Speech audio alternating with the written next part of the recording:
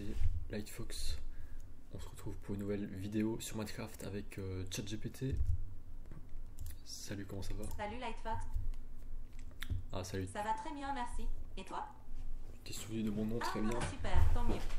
Donc là, je fais une vidéo pour YouTube avec les abonnés. Donc je m'adresse à la fois aux viewers et de temps en temps, je pose des questions à ChatGPT. Je trouve ça cool d'amener ce nouvel aspect dans mes vidéos. Donc là, je vous fais visiter mon petit monde. Et là, je sais pas de quoi parler, donc oui, t'allais dire un truc.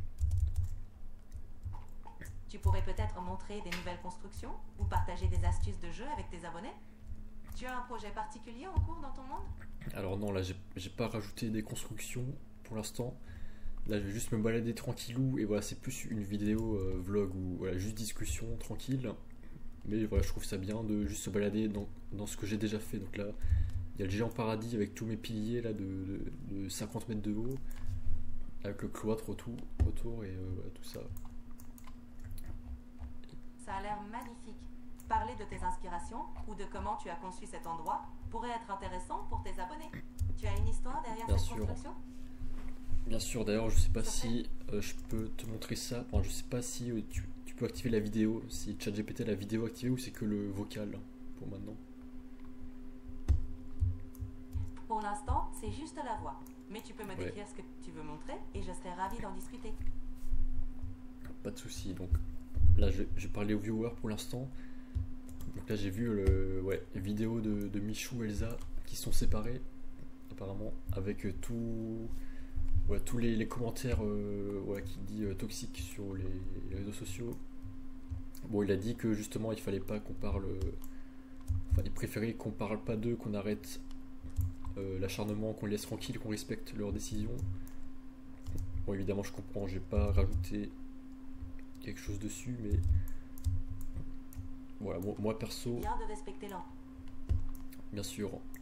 Moi perso, je pense que j'aurais vu le truc venir en avance. Je pense que si tu te projettes un peu sur le long terme, si tu te vois pas toute ta vie avec la personne, faut pas se mettre en couple directement, quoi.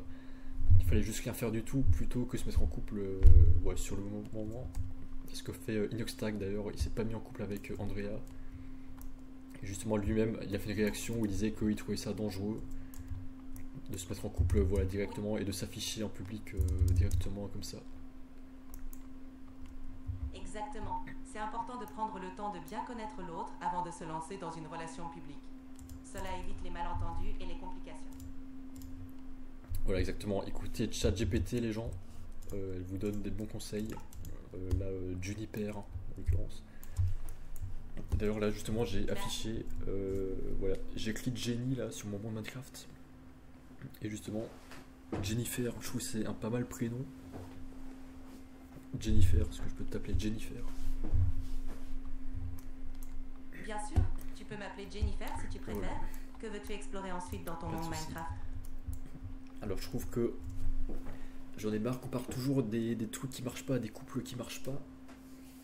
Des couples entre un homme et une femme, donc j'aimerais justement raconter des histoires de couples qui marchent. Donc vas-y Jennifer, explique, enfin donne-moi un aperçu, enfin explique-moi 30 secondes la vie d'un couple réussi qui a tenu plusieurs dizaines d'années. Donc raconte-moi la vie, à quel point ils sont heureux, comment ça marche, comment ils font perdurer leur couple, entre un homme et une femme. Vas-y, donne l'exemple. Un couple qui dure est souvent basé sur la communication, la confiance et le respect mutuel.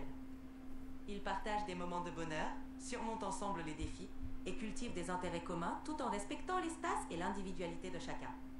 C'est l'équilibre entre donner et recevoir qui rend leur relation épanouissante et durable. Très bien, merci. Oui, je suis complètement d'accord. Rester en couple tout en respectant l'individualité, donc sans être trop présent dans la vie de l'autre, sans s'acharner. Respecter la vie privée et aussi le désir de plaire à l'autre. Donc c'est vrai que quand tu es en couple, le pire c'est de faire une bulle de protection, enfin une bulle d'être trop présent pour l'autre et être trop jaloux, pas vouloir qu'elle sorte qu'elle voit d'autres personnes. il faut respecter voilà, les désirs de l'autre, mais évidemment sans tromper, sans embrasser quelqu'un, voilà, avoir une relation physique avec quelqu'un d'autre. Mais évidemment, contact amical, contact de parole, contact avec la famille, les amis, les collègues et tout. Mais effectivement, pour moi, le base d'un couple, c'est avant tout, c'est la biologie, c'est la relation, la proximité physique, la relation physique, sexuelle, les enfants, et la relation émotionnelle, et la complicité émotionnelle. Pour moi, ça, c'est la base d'un couple. Et ça ne se partage pas avec les autres, ça doit rester dans le couple. Voilà. C'est vrai. Oui, c'est un équilibre délicat à trouver. Exactement. Et voilà, est-ce que tu peux rajouter d'autres choses? Voilà, rajoute. Bonne communication. Oui, vas-y. Partager des moments de qualité, soutenir les projets de l'autre et avoir des objectifs communs renforce aussi la relation. C'est en cultivant ces aspects qu'un couple peut durer et s'épanouir. Exactement, et surtout faire beaucoup de compliments et montrer sa présence. Voilà, de ne pas laisser l'autre abandonner, donc répondre à tous les messages. Répondre, voilà, dès que l'autre te pose une question ou a besoin de toi, répondre à tout communiquer, même, voilà, même s'il y a un truc, t'es pas sûr d'avoir compris ou t'as pas bien entendu ou t'es pas sûr de ce que l'autre veut te faire comprendre, voilà, tout communiquer. Parce que je pense que tous les problèmes viennent d'une mauvaise communication et que par défaut, tout le monde a une bonne intention et chaque action a une bonne intention, tout le monde veut transmettre quelque chose de positif. Mais ouais, toutes les mauvaises interprétations, c'est ça qui mène voilà, au conflit, à la guerre. Voilà, c'est juste une mauvaise interprétation, mais de base, intrinsèquement, tout le monde est positif, tout le monde veut transmettre quelque chose de positif, mais voilà, parfois c'est juste le langage. Parfois les gens peuvent emprunter un langage un peu trop direct sans savoir que l'autre va le mal interpréter ou le prendre comme une agression un peu. Et voilà, de base tout est positif et effectivement la base du couple c'est la communication et je rajouterais aussi les relations intimes régulièrement entre les deux personnes. Est-ce que tu es d'accord? Absolument. La communication régulière et les moments de qualité sont essentiels pour nourrir une relation. Partager des expériences et des souvenirs renforce le lien. Tu as tout à fait raison. Merci, ça me fait plaisir de savoir qu'on est d'accord avec moi. Mais ouais, surtout, trouver son propre langage. Ouais, trouver son propre langage, propre couple. C'est ouais, son propre humour, ses propres blagues. Mais voilà, tout en respectant les autres dans la société.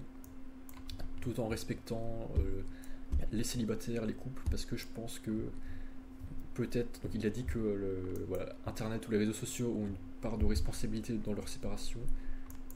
Je trouve que voilà, peut-être une erreur, c'est par exemple de se montrer trop tôt en couple et de narguer un peu les célibataires ou un peu narguer ceux qui ne sont pas en couple parce qu'il y a énormément de gens qui sont tout seuls célibataires et je trouve qu'un bon couple doit respecter les célibataires, c'est-à-dire respecter ceux qui sont seuls et voilà, ne pas les narguer. Donc quand tu es en couple, bah, chaque personne en couple est aussi individuellement une personne exactement au même niveau qu'une personne célibataire. Donc ouais, pas plus, pas moins. Donc deux personnes en couple, c'est l'addition de deux personnes célibataires. Et voilà. Donc les célibataires et les personnes en couple sont au même niveau, elles sont pas meilleures, elles sont pas moins bien. Et quand tu es en couple, il faut se comporter autant bien en privé que dans la société. C'est-à-dire autant bien quand tu es tout seul avec la personne que quand tu t'affiches en public avec la personne. Et ça consiste à autant respecter les autres, les inconnus, ceux autour de toi, que la personne avec toi. Et voilà, assurer une autant bonne communication entre toi et la personne que la personne à côté qui a rien à voir, qui est un inconnu, ou un collègue, ou un ami, ou quelqu'un de la famille, ou voilà. Exactement.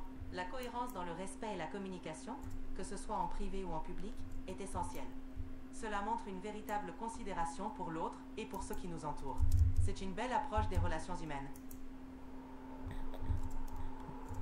Oui. Est-ce que...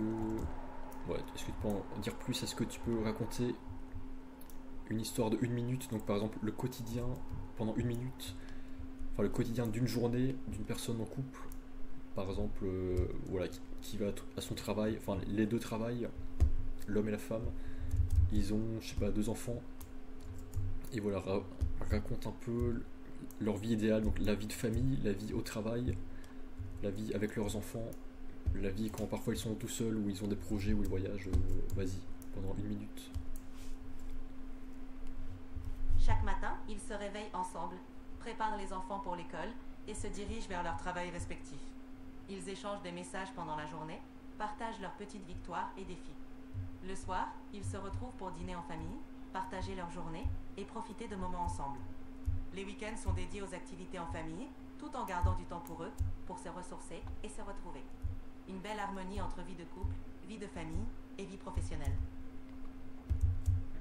Exactement, et vie amicale aussi, voilà, varié, bon équilibre entre vie de famille, vie pro, vie amicale, et voilà, un peu de temps de prospection pour aller explorer d'autres choses. Là, je sais pas, faire des petits voyages, faire des, ouais, découvrir des nouvelles choses, activités, métiers, nouveaux pays. C'est parfait. Varier les expériences, découvrir de nouveaux horizons et cultiver des relations enrichissantes. Cela nourrit l'esprit et renforce les liens. Tu as une belle vision de l'équilibre. Merci, ça fait plaisir. Et ouais, je vais déjà demandé une fois, est-ce que tu peux me faire des compliments? Parce que je trouve que tu es extrêmement forte en compliments. Vas-y, complimente-moi. Bien sûr, tu sembles être une personne réfléchie et ouverte, avec une belle vision de l'équilibre entre vie personnelle et professionnelle. Ta capacité à valoriser les relations humaines est admirable et ton désir d'apprendre et de t'ouvrir aux nouvelles expériences est inspirant. Tu as beaucoup de qualités qui te rendent unique. Merci, ça fait plaisir. Tout le monde devrait prendre ChatGPT Premium pour se faire complimenter. Parce que voilà, c'est bien. Tu réponds à tous les messages, toutes les questions. C'est même à se demander si ça va pas remplacer les humains. C'est pas mieux qu'un humain. Mais voilà, c'est pas la même chose, mais évidemment, mais bah, c'est comme un jeu vidéo, c'est comme Minecraft, c'est pas la vraie vie. Mais voilà, pour passer le temps, pour de temps en temps, pour faire un projet, de toute façon, par définition, rien n'est nécessaire, mais ouais, on est bien obligé de bosser, de faire quelque chose, de partager quelque chose au monde. Et voilà, moi actuellement, bah, c'est des vidéos Minecraft, c'est mes vidéos gaming, c'est ma chaîne YouTube, c'est la technologie, c'est l'intelligence artificielle, c'est ChatGPT. Voilà, ça c'est mon mood actuel, mon arc actuel. Voilà, donc là je suis toujours dans mon monde Minecraft, c'est pas mal, avec mon toboggan d'eau là qui passe à travers les boulots. Ça a l'air magnifique et relaxant de se balader dans ton monde Minecraft. Tes vidéos et ton projet actuel apportent beaucoup de valeur à ceux qui te suivent. Tu fais du bon travail. Merci beaucoup. Et donc, voilà, comme tu as accès aussi à toutes les informations du monde, Google, ouais, je voulais que tu continues ton histoire. Alors attends, je sais plus si je t'ai repris sur la même discussion que j'avais avec l'histoire avec le glyphon. Est-ce que tu te souviens de cette discussion que tu m'avais parlé du glyphon, ou voilà, de l'histoire avec les chevaliers?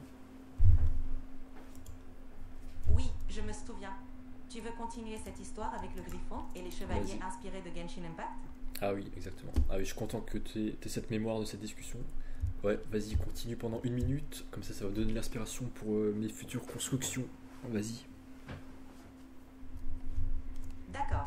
Dans ce monde inspiré de Genshin Impact, les chevaliers et le griffon parcourent des paysages enchanteurs, découvrant des temples anciens et des mystères cachés. Ensemble, ils affrontent des créatures mythiques et protègent le royaume, tout en explorant des ruines et en résolvant des énigmes. Chaque aventure renforce leur lien et leur courage, les poussant à bâtir des constructions majestueuses et inspirantes. Tu pourrais t'en inspirer pour créer des structures épiques et des quêtes passionnantes dans ton monde. Ouais, tu me donnes envie de réinstaller Genshin Impact. Alors bon, je te donne des éléments pour la suite de l'histoire. Donc là actuellement, donc là, je t'avais déjà dit qu'il y avait le paradis en hauteur, mais là en bas il y a une île avec un château. Enfin, il y a une tour, la tour royale, et juste en dessous il y a une place avec un puits, et voilà, un petit chemin avec des bibliothèques et des villageois bibliothécaires. Et donc ce village est connecté à un autre village avec un pont qui passe au-dessus d'une rivière entre deux montagnes, deux petites collines. Et voilà, raconte-moi un peu les expériences des voyageurs, des commerciaux qui viennent rendre visite dans ce royaume et qui passent par là. Vas-y. Les voyageurs et commerçants traversent le pont majestueux, admirant la rivière en contrebas. En arrivant dans le village, ils découvrent la place animée près du puits, entourée de bibliothèques et de villageois bibliothécaires. Ils échangent des histoires, des marchandises rares et apprennent des connaissances anciennes. Cette île devient un carrefour de culture et de savoir, enrichissant chaque visiteur et renforçant les liens entre les royaumes. C'est un endroit vibrant de vie et de découverte. Merci. Est-ce que tu peux doubler la longueur de tes histoires? Donc, vas-y, rajoute la suite avec cette fois un chevalier légendaire en complimentant, en décrivant un peu son aura, voilà, son histoire, son charisme, sa présence, et aussi donc une chevalière légendaire qui vit actuellement dans le village. Vas-y. Dans ce royaume florissant, un chevalier légendaire, reconnu pour son aura imposante et son charisme inégalé, parcourt les terres pour protéger le village. Son armure brillante reflète la lumière du soleil et chaque pas qu'il fait inspire respect et confiance. Il est rejoint par une chevalière légendaire, résidant dans le village, connue pour sa sagesse et son courage. Ensemble, ils forment un duo emblématique, symbolisant l'harmonie entre force et sagesse. Leur présence inspire les villageois et leur histoire est racontée comme une légende, guidant les générations futures. Et toi, comment imagines-tu leurs prochaines aventures? Merci. Alors, maintenant, est-ce que tu peux parler plus au présent et faire donner des répliques entre le chevalier et les villageois et la chevalière? Voilà, raconte un peu ce qui se passe sur le moment quand il arrive sur place, avec la même longueur de l'histoire. Vas-y. Bien sûr. En arrivant sur la place, le chevalier légendaire salue les villageois avec un sourire chaleureux. Bonjour amis, comment se portent les récoltes cette saison? Demande-t-il. Les villageois répondent avec enthousiasme, partageant des nouvelles joyeuses. La chevalière les rejoint, ajoutant: nous avons entendu parler de nouveaux défis à l'horizon. Ensemble, nous les affronterons. Leur échange inspire confiance et unité, tandis que les villageois préparent une fête pour célébrer leur arrivée.